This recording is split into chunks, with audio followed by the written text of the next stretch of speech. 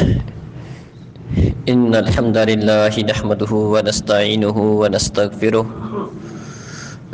ونعوذ بالله من شرور أنفسنا وسيئات أعمالنا من يهده الله فلا مضل له ومن يضلل فلا هادي له وأشهد أن لا إله إلا الله وحده لا شريك له وأشهد أن محمدا عبده ورسوله أعوذ بالله من الشيطان الرجيم يا أيها الذين آمنوا اتقوا الله حق تقاته ولا تموتن إلا وأنتم مسلمون يا أيها الناس اتقوا ربكم الذي خلقكم من نفس واحدة وخلق منها زوجها وبث منهما رجالا كثيرا ونساء واتقوا الله الذي تساءلون به والأرحام إن الله كان عليكم رقيبا يا أيها الذين آمنوا اتقوا الله وقولوا قولا سديدا يصلح لكم أعمالكم ويغفر لكم ذنوبكم ومن يطع الله ورسوله فقد فاز فوزا عظيما أما بعد فإن خير الحديث كتاب الله وخير الهدي هدي محمد صلى الله عليه وسلم وشر الأمور محدثاتها وكل محدثة بدعة وكل بدعة ضلالة وكل ضلالة في النار ويدعو الإنسان بالشر دعاءه بالخير وكان الإنسان عجولا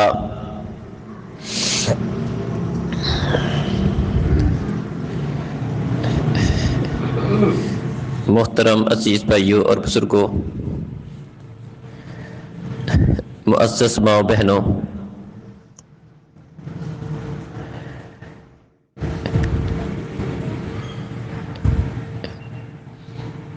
معاملات میں سوچ و بچار کرنا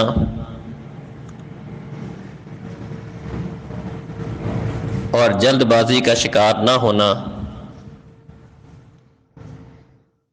یہ چیز اللہ رب العزت کو بہت پسند ہے، اور جلد بازی کا شکار ہونا، فوری طور پر بغیر سوچے سمجھے کوئی رد عمل دے دینا، یہ چیز اللہ رب العزت کو پسند نہیں ہے، اور یہ چیز شیطان کی طرف سے ہے۔ التأنی من اللہ والعجلۃ من الشیطان۔ پیارے نبی صلی اللہ علیہ وسلم فرماتے ہیں، آہستگی اختیار کرنا، سوچ و بچار اختیار کرنا، یہ اللہ رب العزت کی طرف سے ہے، اللہ کو پسند ہے، اور جلد بازی شیطان کی طرف سے ہے۔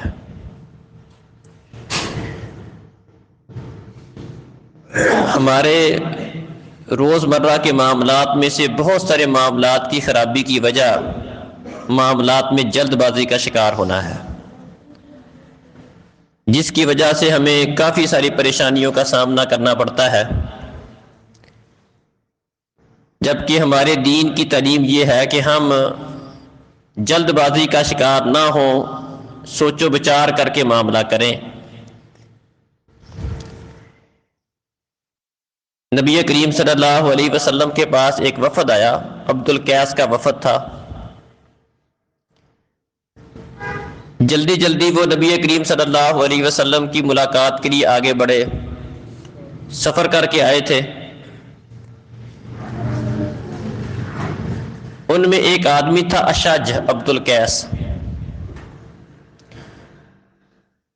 اس نے آرام سکون سے اپنا سامان اتارا،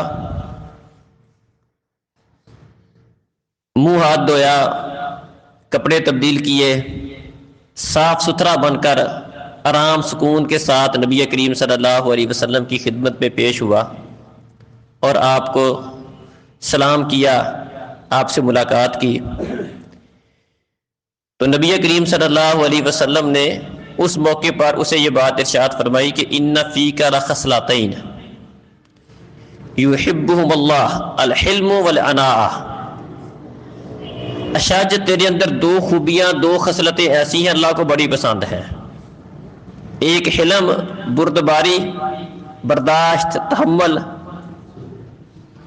اور ایک معاملے میں سوچ و بچار کرنا، جلد بازی کا شکار نہ ہونا، یہ دو خوبیاں ایسی ہیں جو اللہ کو بڑی پسند ہیں۔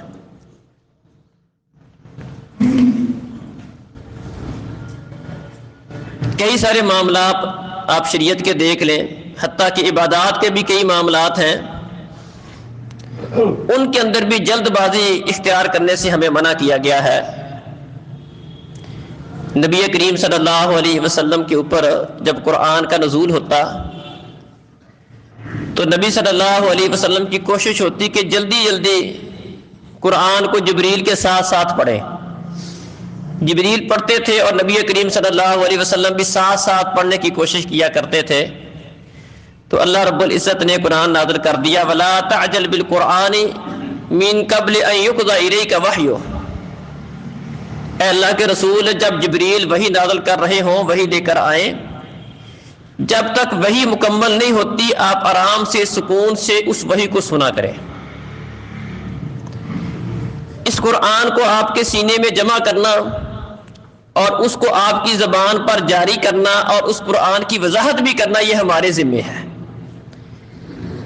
تو قرآن کو بھی جلدی جلدی جو نبی کریم صلی اللہ علیہ وسلم ظاہری بات ہے شوق سے ایسا کیا کرتے تھے، لیکن اس معاملے میں بھی اللہ رب العزت کی تعلیم کیا ہے کہ قرآن کو آپ آرام سے سکون سے سنو، جب وہی مکمل ہو جائے تو اس کے بعد آپ اس کو آرام سے سکون سے پڑھو۔ ہاں جو آپ کو بھولنے کا خدشہ ہے، دراصل نبی کریم صلی اللہ علیہ وسلم کو اس بات کا خدشہ تھا کہ کہیں ایسا نہ ہو کہ وحی کا نزول مکمل ہو اور میں اس کو یاد نہ رکھ سکوں، مجھے بات بھول نہ جائے، تو اللہ رب العزت نے وہ ذمہ اپنے لے لیا کہ یہ ہمارا ذمہ ہے، اس کو آپ کو یاد کروانا، اس کو آپ کی زبان پہ جاری کرنا اور اس کا مفہوم آپ کو سمجھانا، یہ ہمارے ذمہ ہے، لہذا آپ جلد بازی کا شکار نہ ہو۔ اسی طرح نماز کا معاملہ دیکھ لیں۔ اب نماز نیکی کا کام ہے، ام العبادات میں سے ہے،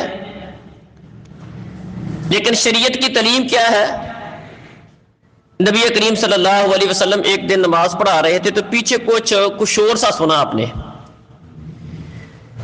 نماز پڑھانے کے بعد آپ نے لوگوں سے پوچھا یہ شور سا، یہ قدموں کی تیز سے آہٹ، سانسوں کا پھول جانا، جو شور ہو رہا تھا یہ کیا تھا؟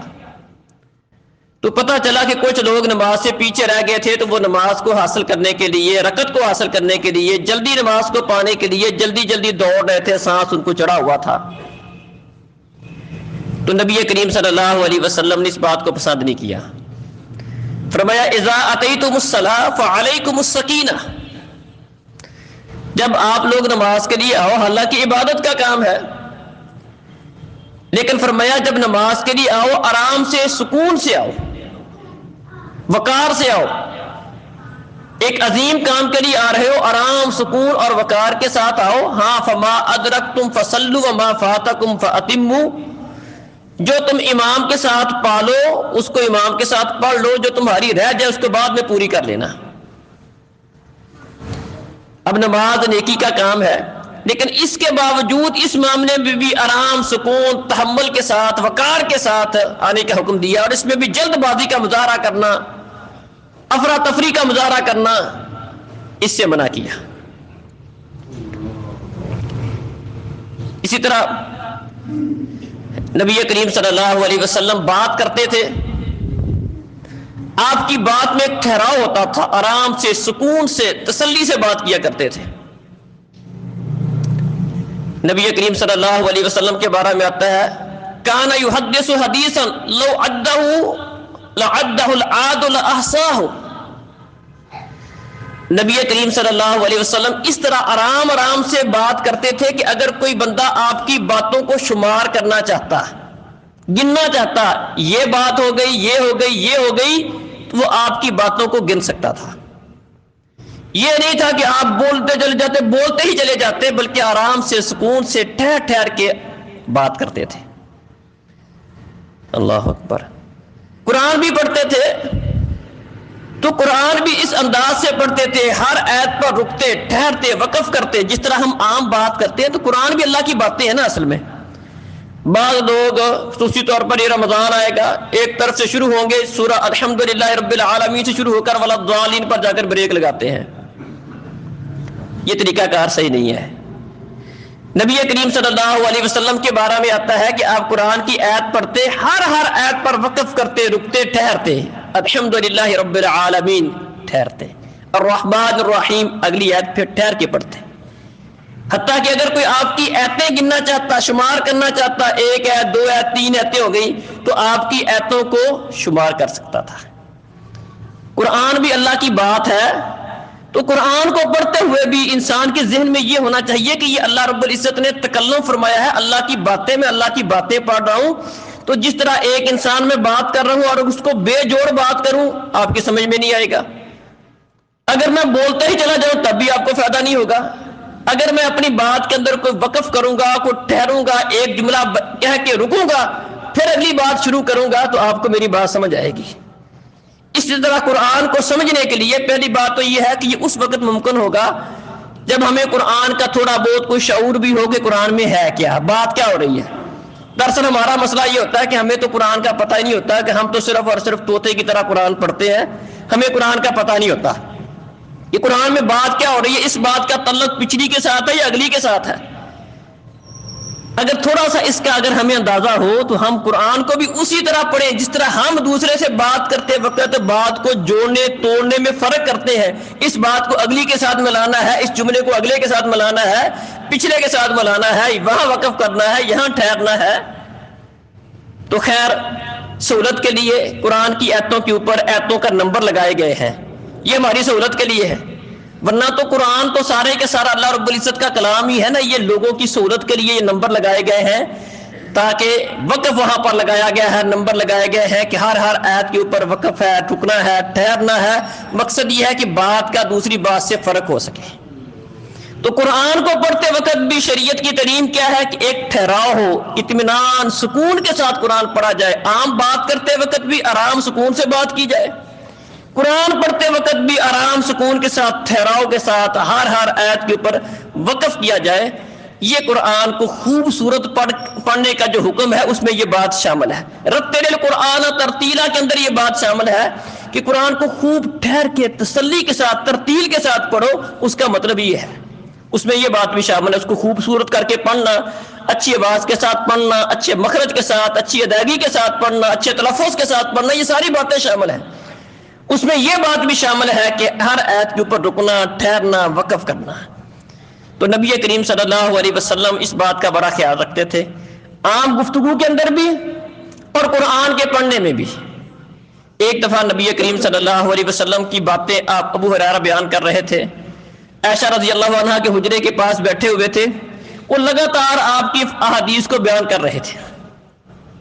عائشہ رضی اللہ عنہا گھر میں کوئی نوافل پڑھ رہی تھی، اتنی دیر میں ابو ہریرہ رضی اللہ عنہ اس مجلس سے فارغ ہو کے چلے گئے۔ تو جو بعد میں لوگ تھے ان کو مخاطب کر کے کہنے لگی کہ اگر ابو ہریرہ اس ٹائم موجود ہوتے تو میں اسے یہ بات سمجھاتی کہ اللہ کے رسول اس طرح تمہارے بات کرنے کی طرح آپ بات بیان نہیں کرتے تھے، بات نہیں کرتے تھے۔ آپ کی بات میں ٹھہراؤ ہوتا تھا، روک روک کے، ٹھہر ٹھہر کے آپ بات کرتے تھے۔ اسی طرح محترم بھائیو، کوئی بھی معاملہ ہو، ایک ٹھہراؤ والی کیفیت بندے میں ہونی چاہیے۔ جذباتی ہو جانا، فوری رد عمل دینا، جب عبادات کے اندر یہ معاملہ درست نہیں ہے۔ نبی کریم صلی اللہ علیہ وسلم فرماتے ہیں یستجاب لأحدکم ما لم یعجل، اللہ رب العزت بندے کی دعا قبول کرتا ہے، لیکن اس وقت تک جب تک بندہ جلد بازی کا شکار نہیں ہوتا، اس کے اندر ٹھہراؤ ہے، سکون ہے، اطمینان ہے، تأنی ہے۔ اگر وہ جلد بازی کا شکار ہو جائے، یقول دعوت فلم یستجب لی، جلد بازی کا شکار ہو جائے کہ یا بڑی دعائیں مانگی یا قبولی کوئی نہیں ہوتی، اللہ بھی قبول نہیں کرتا۔ اللہ اس بندے کی دعا قبول کرتا ہے جو مانگتا رہتا ہے، اس کی طبیعت میں ایک ٹھہراؤ ہے، جذباتی نہیں ہے۔ اللہ انسان کی خصلت اللہ نے بیان کی ہے، وَيَدْعُ الْإِنسَانُ بِالشَّرِّ دُعَاءَهُ بِالْخَيْرِ وَكَانَ الْإِنسَانُ عَجُولًا۔ اللہ فرماتے ہیں انسان شر کی دعا بھی اس طرح کرتا ہے جس طرح خیر کی دعا ہوتی ہے۔ اس کا کیا مطلب ہے؟ انسان فرمایا بڑا جلد باز ہے، بڑا جلد باز ہے۔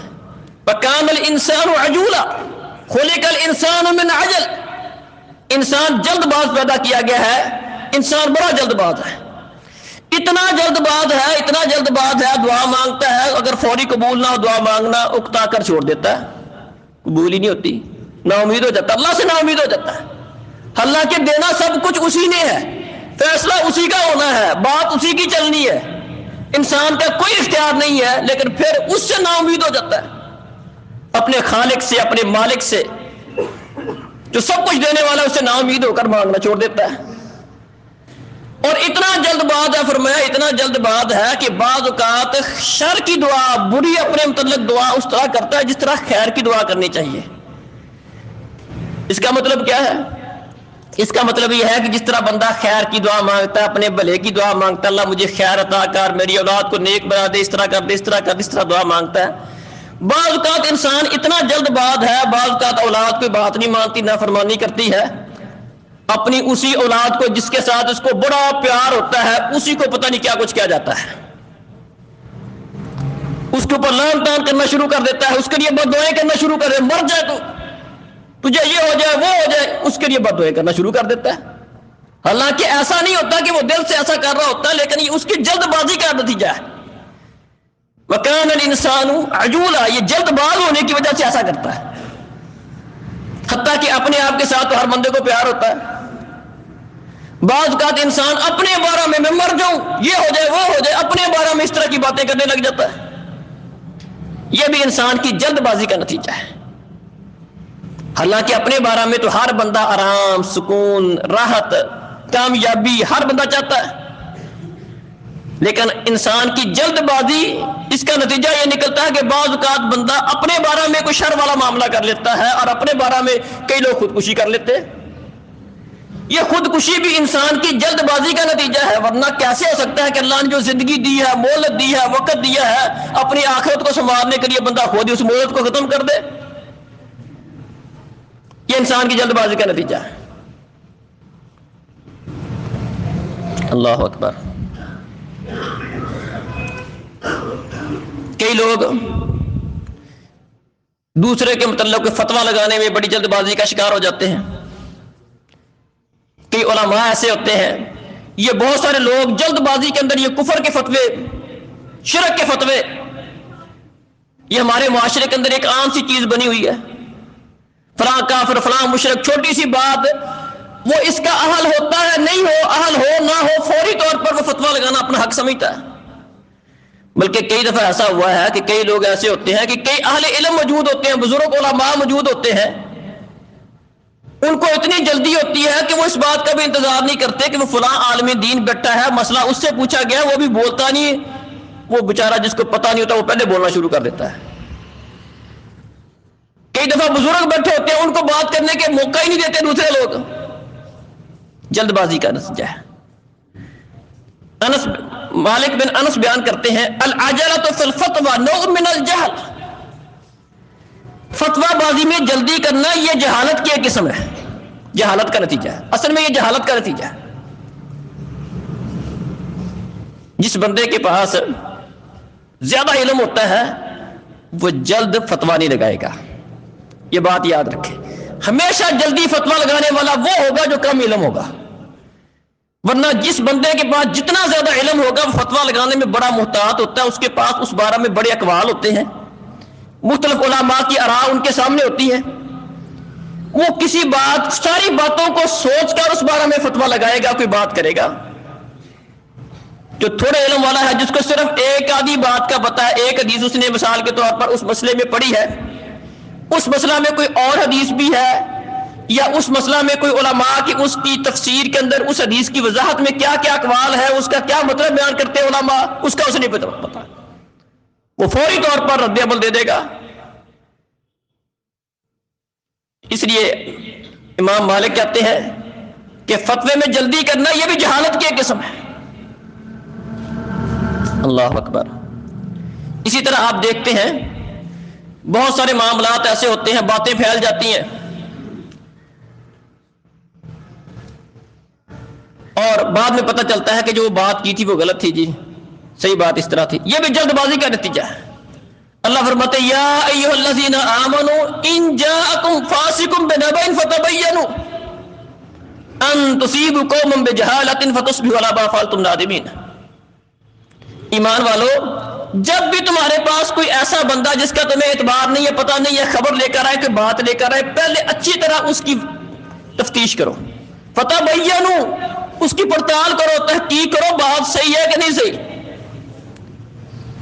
کہیں ایسا نہ ہو کہ تم کسی کا نقصان کر دو اور بعد میں پتہ چلے کہ یہ بات ہی غلط تھی۔ کئی ایسے معاملات ہوتے ہیں، کسی نے بات کر دی، ہم نے فوری طور پر اس کا جواب دے دیا، رد عمل دے دیا، یا کئی دفعہ ہم خود بات کر دیتے، کوئی بات سنی، میڈیا پر سنی، فوری طور پر اس کو آگے بیان کرنا شروع کر دیا، بعد میں پتہ چلا وہ بات ہی غلط تھی، وہ کسی نے جھوٹ بولا تھا، یا وہ حقیقت میں تھی کوئی نہیں۔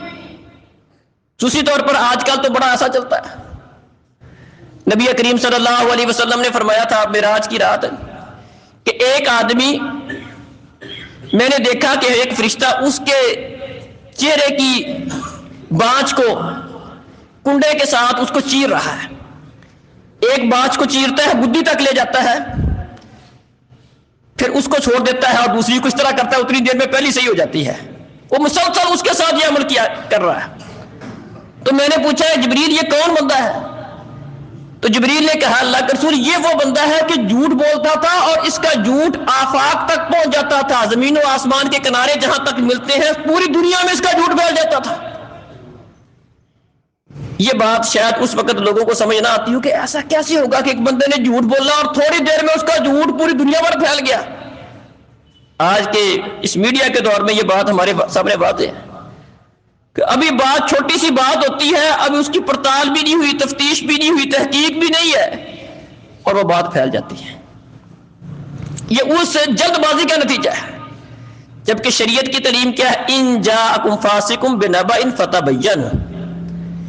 آپ کے پاس کوئی بھی بندہ خبر لے کر آئے، آپ کو پتہ نہیں ہے کہ یہ بندہ سکہ ہے، آپ کو اس کا اعتبار نہیں ہے، تسلی نہیں ہے، اتنی دیر تک اس کے اوپر کوئی رد عمل نہ دو، اس کے اوپر کوئی معاملہ نہ کرو، اس کو آگے بیان نہ کرو، بلکہ فرمایا کفا بالمرء کاذبا ان یحدث بکل ما سمع۔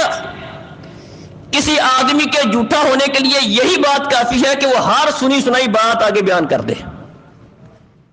واٹس ایپ پہ کوئی میسج آگے بیان کر دیا، اسی طرح کوئی چیز نیٹ پہ پڑی اس کو آگے شیئر کر دیا، صحیح ہے نہیں صحیح۔ یہ دیکھیں علی رضی اللہ عنہ کے بارے میں، آپ دیکھیں علی رضی اللہ عنہ کے بارے میں بہت ساری باتیں منقول ہیں، اور جن میں سے اکثر باتیں وہ ہیں جو علی رضی اللہ عنہ کے قول نہیں ہے،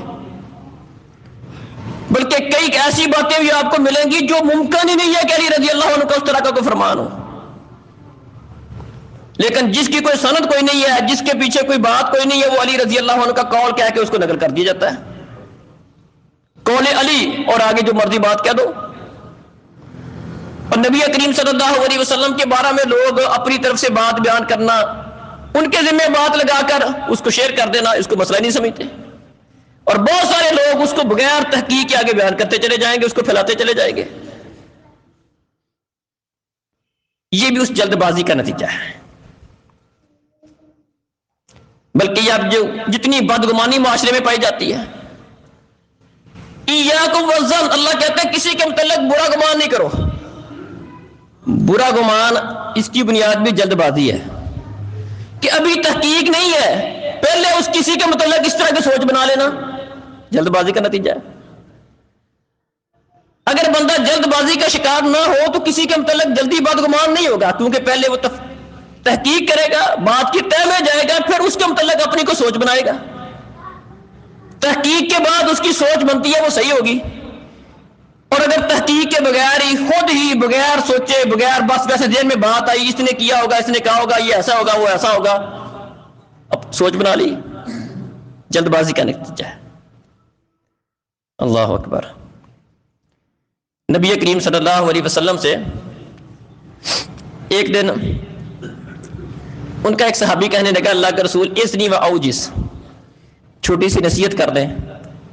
تو پیارے نبی صلی اللہ علیہ وسلم نے 3 باتوں کی نصیحت کی تھی، بڑی شاندار نصیحت ہے۔ ایک فرمایا اذا قمت فی صلاتک فصلی صلاۃ مودع، یہ بھی جلد بازی کے متعلق ہے تقریباً۔ فرمایا جب بھی تو نماز پڑھنے کے لیے کھڑا ہو تو اپنی ہر نماز کو اس طرح سمجھ کے پڑھ کہ وہ تیری زندگی کی آخری نماز ہے، شاید اس کے بعد تجھے مزید نماز پڑھنے کا موقع نہیں ملے گا۔ اپنی ہر نماز کو یہ والی نماز سمجھ کے پڑھ۔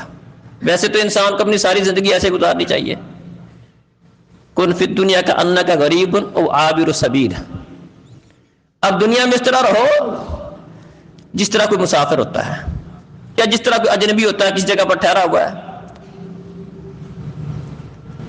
لیکن نماز میں بالخصوص توجہ کے ساتھ انہماک کے ساتھ۔ فرمایا اذا قمت فی صلاتک، جب بھی نماز پڑھ پوری توجہ کے ساتھ انہماک کے ساتھ، اور یہ سمجھتے ہوئے پڑھ کہ پتہ نہیں مجھے دوبارہ نماز پڑھنے کا موقع ملے گا کہ نہیں ملے گا، آخری نماز ہو میری، آخری سجدہ ہے، آخری رکوع ہے، آخری قیام ہے، آخری رکعتیں ہیں، آخری جمعہ ہے۔ اور یہ اس میں کوئی مبالغہ بھی نہیں ہے۔ کتنے لوگ ایسے ہوتے ہیں ایک جمعے آتے ہیں اگلے جمعے نہیں ہوتے، ایک نماز میں اگلی نماز میں نہیں ہے۔ اس کے لیے کوئی عمر کی قید نہیں ہے کہ 70-80 سال کے بعد ہی ایسا ہوگا، کسی کے ساتھ بھی ایسے ہو سکتا ہے۔ اور دوسری بات فرمایا وَأَجْمِعِ الْيَأْسَ مِمَّا فِي أَيْدِي النَّاسِ، جو چیز آپ کے پاس نہیں ہے لوگوں کے پاس ہے اس سے مکمل نا امید ہو جاؤ۔ کسی سے کچھ ملنے کی امید نہ رکھ، کسی کے ہاتھوں کی طرف نہ دیکھ۔ ہمارا مسئلہ یہ ہوتا ہے کہ ہم دوسروں سے بہت ساری امیدیں باندھ لیتے ہیں، جب وہ ہماری امیدوں پر پورا نہیں اترتے تو ہم ان کے متعلق بدگمان ہوتے ہیں، بدظن ہوتے ہیں، مایوس ہوتے ہیں۔ اور اگر بندہ کسی سے کوئی امید لگائے نا، قربان جائے کیا شاندار بات، کسی سے کوئی امید لگائے نا، مایوس کس بات سے ہوگا؟ وَأَجْمِعِ الْيَأْسَ مِمَّا فِي أَيْدِي النَّاسِ، جو چیز لوگوں کے ہاتھوں میں ہے اس سے مکمل نا امید ہو جا۔ اور تیسری بات وَلَا تُكَلِّمْ بِكَلَامٍ تَعْذِرُ مِنْهُ غَدًا، میں نے کہا تھا جلد بازی کا شکار نہیں ہونا چاہیے۔ شروع بات میں نے اسی سے کی تھی، التأنی من اللہ والعجلۃ من الشیطان، معاملات میں ٹھہراؤ، سکون، تسلی کے ساتھ معاملہ کرنا، جلد بازی کا شکار نہ ہونا، یہ اللہ رب العزت کی طرف سے اللہ کا منشا ہے، اللہ کی ہمیں تربیت ہے، اللہ کا مطالبہ ہے، اس کے اوپر اللہ تعالیٰ کی مدد اترتی ہے۔ التأنی من اللہ کا مطلب ایسا کرنے سے اللہ کی مدد اترے گی۔ والعجلۃ من الشیطان، اور جلد بازی شیطان کی طرف سے ہمیشہ بندے کا کوئی نہ کوئی نقصان ہوگا جلد بازی کے نتیجے میں۔ اس میں بھی یہی بات فرمائی ولا تکلم بکلام تعذر منہ غدا، بات زبان کو چلانے میں جلد بازی کا مظاہرہ نہ کرنا، سوچ سمجھ کے بات کرنا، ایسا نہ ہو کہ بات کر لے بعد میں معذرت کرنا پڑے۔ کیا کتنی ایسی باتیں ہوتی ہیں بعد میں پچھتاوا ہوتا ہے، اپنی بات واپس لیتا ہوں، معذرت کرتا ہوں، جی غلط ہو گیا، جھوٹ بول دیا، مجھے پتا نہیں تھا، میں نے تحقیق نہیں کی۔ گھروں میں جھگڑے، اختلافات، میاں بیوی کے مسئلے، یہ سارے کے سارے اکثر و بیشتر جلد بازی کا نتیجہ ہوتے ہیں۔ بہت سارے کیس ہمارے پاس آتے ہیں، کیا ہوا جی خاوند نے بیوی کو طلاق کو دے دی، ایک ہفتہ 10 دن گزرتا ہے، پریشان ہو کے جاتا ہے۔ ظاہری بات ہے اگر سوچو بچار کر کے طلاق دی تو ہفتہ 10 دن میں پریشان کیوں ہو گیا؟ دوسرے تیسرے دن پریشان ہونے کا مطلب یہ، ہفتہ 10 دن بعد پریشان ہونے کا مطلب یہ جلد بازی میں معاملہ کیا گیا ہے۔ حالانکہ طلاق تو آخری آپشن ہوتا ہے نا، طلاق آخری آپشن ہوتا ہے کہ بندے نے معاملہ ہر لحاظ سے درست کرنے کی کوشش کی ہے، معاملہ نہیں چل پاتا، قربان جائیں، میں نے یہ بات پہلے بھی کئی دفعہ کی ہے، اگر مسلمان صرف اور صرف طلاق کا جو شریعت کا طریقہ طلاق دینے کا اس پہ عمل کرنا شروع کر دے، ہمارے معاشرے میں طلاق کی ریشو بالکل نہ ہونے کے برابر ہو جائے۔ طلاق کو آخری آپشن کے طور پہ رکھیں۔ مسئلہ بن گیا، بیوی ہے، وہ بھی انسان ہے، جھگڑے ہو جاتے ہیں، اختلافات ہو جاتے ہیں، جلد بازی کا شکار نہ ہو، اپنی طرف سے معاملہ سلجھانے کی کوشش کرے، کسی کو شامل کرے اور کو سمجھانے کے لیے، دونوں خاندانوں کے اندر سے کوئی بندے ہوں وہ سمجھانے کے لیے، معاملے کو سلجھانے کے لیے شریک ہوں۔ اگر نتیجہ اس بات پہ نکلتا ہے کہ نہیں ان کا نباہ نہیں ہو سکتا، اس کا گزارا نہیں چل سکتا، تو طلاق دے دے۔ طلاق بھی کس طرح دینی ہے؟ ہمارے یہاں جذباتی معاملات ہوتے ہیں، لڑ پڑا، طلاق طلاق طلاق، 100 دفعہ طلاق، آج کے بعد حرام، جہاں مرضی جا۔ بلکہ کئی بیوقوف ایسے بھی ہیں کہ وہ ہمارے پاس طلاق کا فارم وہ لے کے آتے ہیں، تحریر لے کے آتے ہیں، لکھا ہوتا ہے یہ بد چلن تھی، ساری زندگی میں اس کے ساتھ بنی نہیں، میں نے بڑا سمجھایا۔ اب وہ اسی بد چلن کے ساتھ دوبارہ رجوع کے چکر میں ہوتا ہے کہ اب اس کے ساتھ کسی طرح میرا رجوع ہو جائے، میرا اس کے بغیر گزارا نہیں ہوتا۔ اس فارم میں وہ بد چلن تھی، اس کے وہ لڑائی کرنے والی تھی، جھگڑا کرنے والی تھی، کبھی تیری بات مانی نہیں، اب 2 دن کے بعد وہ اتنی صحیح کیسے ہو گئی؟ نتیجہ جذباتی پن ہے۔ اللہ اکبر، تحمل برداشت ہو تو یہ معاملہ نہیں بنتا۔ طلاق دے، فرمایا ایک وقت میں ایک دے، برست نہ نکال لے، 3 والا چکر نہ کرے۔ اگرچہ شریعت کی روح سے وہ ایک علیحدہ مسئلہ ہے کہ شریعت کی روح سے اگر کٹھی 3 دیتا ہے، اللہ نے سہولت دی ہے کہ وہ 3 کو ایک شمار کیا ہے، لیکن طریقہ کیا ہے؟ اس کو سنت کے ساتھ، کتاب اللہ کے ساتھ مذاق قرار دیا گیا۔ فرمایا ایک بندے نے پیارے نبی صلی اللہ علیہ وسلم کی موجودگی میں اپنی بیوی کو کٹھی 3 طلاقیں دے دی۔ پیارے نبی صلی اللہ علیہ وسلم اس قدر ناراض ہوئے، فرمایا ایلعب بکتاب اللہ وانا بین اظہرکم، میری موجودگی میں کتاب اللہ سے مذاق کیا جا رہا ہے۔ اس کو کتاب اللہ کے ساتھ مذاق قرار دیا گیا ہے، طلاق کا مقصد ہی نہیں سمجھا۔ کیونکہ طلاق تو ایک دفعہ، ہاں بعض لوگوں کے ذہنوں میں ہوتی ہے کہ طلاق دینے کے لیے شاید 3 دفعہ کہوں گا تو طلاق ہوگی، یہ فضول بات ہے۔ طلاق دینے کے لیے صرف اور صرف ایک دفعہ لفظ طلاق بولنے سے طلاق ہو جاتی ہے، بس ختم۔ ہاں اس میں یہ ہوتا ہے کہ عدت کے اندر خاوند رجوع کر سکتا ہے، عدت گزرنے کے بعد نیا نکاح بھی کر سکتا ہے۔ ہاں عدت گزر جائے، آپ نکاح نہیں کرنا چاہتے، عدت گزرنے کے بعد عورت آگے شادی کرنا چاہے آگے بھی کر سکتی ہے۔ اس کے لیے 3 طلاقوں کا، 3 نوٹس کا بھیجنا ضروری نہیں ہوتا۔ ہاں بندے کے پاس 2 اختیار باقی رہتے ہیں، یہ فائدہ ہوتا ہے۔ میں طلاق دینی ہے، ایک دے، اور دے بھی کب؟ طہر کی حالت میں دے۔ قربان جائیں، شریعت کا مسئلہ بات سمجھا دیتا ہوں۔ طلاق دینی کب ہے؟ عورت اپنی ماہواری کے ایام مکمل کرے، اس کے پاس جانے سے پہلے اس کو طلاق دے دینی ہے، تو یہ سنت کا طریقہ ہے۔ یہ نہیں کہ جب دل کیا دے دی، نہیں، یہ تو جلد بازی ہے۔ آپ یہ طلاق کا جو پورا کے پورا اس کا جو طریقہ کار ہے اس پہ غور کریں تو پتہ چلتا ہے کہ طلاق جلد بازی کا نام نہیں ہے، جذباتی پن کا نام نہیں ہے، یہ تو ایک آخری آپشن کے طور پر بڑی سوچ و بچار کے بعد کرنے والا معاملہ ہے۔ جو سوچ و بچار کے بعد تحمل سے، برداشت سے دے گا وہی ایک دے گا، جو جذباتی ہو کر دے گا وہ تو برس نکالے گا۔ پھر دینی کب ہے؟ فرمایا طہر میں دے۔ طہر میں کب دے؟ اس طہر میں دے جو حیض کے بعد پہلا طہر آتا ہے، اور اس کے پاس جانے سے پہلے، بیوی کے ساتھ تعلق قائم کرنے سے پہلے اس کو طلاق دے دینی ہے تو۔ اور تیسری بات کیا فرمائی؟ فرمایا اگر پہلی طلاق ہے، دوسری طلاق ہے، عورت اپنے خاوند کے گھر میں عدت گزارے۔ سورہ طلاق میں فرمایا نہ عورت گھر سے باہر جا سکتی ہے، اس کے لیے جائز نہیں ہے، اس کے لیے حلال نہیں گھر سے باہر جائے، اور نہ ہی مرد کو یہ حق حاصل ہے، اس کے لیے جائز نہیں ہے کہ اس کو گھر سے نکالے۔ آپ ذرا سوچیں کہ سوچ و بچار کے بعد دینی ہے، جلد بازی میں نہیں دینی، اور دینی بھی ایک ہی ہے، اور دینی بھی اس طہر کے اندر ہے جس میں خاوند کو عام طور پر بیوی سے رغبت ہوتی ہے۔ اپنے ایام مکمل کرنے کے بعد طہر کی ابتدا میں دینی ہے، اور دینے کے بعد گھر سے نہیں نکالنا۔ نہ عورت کو اجازت ہے، نہ مرد کو اجازت ہے کہ گھر سے باہر نکال لینا، عورت گھر سے باہر جا سکتی ہے۔ وہ 3 مہینے کے قریب پیریڈ اسی گھر میں گزارنا ہے۔ یقین جانے طلاق کی نوبت ہی نہیں آئے گی، اگر آ گئی گھر نہیں اجڑے گا۔ شاید کو 1-2 معاملات ایسے ہوں، ورنہ جب 3 مہینے 3 حیض کا پیریڈ عورت اسی گھر میں گزارے گی، کوئی نہ کوئی سلوک کی صورت پھر بن جائے گی۔ اللہ اکبر۔ لیکن یہ اس وقت ہوگا جب تحمل ہو، برداشت ہو، جذبات، یہ بندہ جذباتی نہ ہو، غصہ آ گیا اور وہ معاملہ کر دیا، بعد میں سوچا یہ کیا بن گیا۔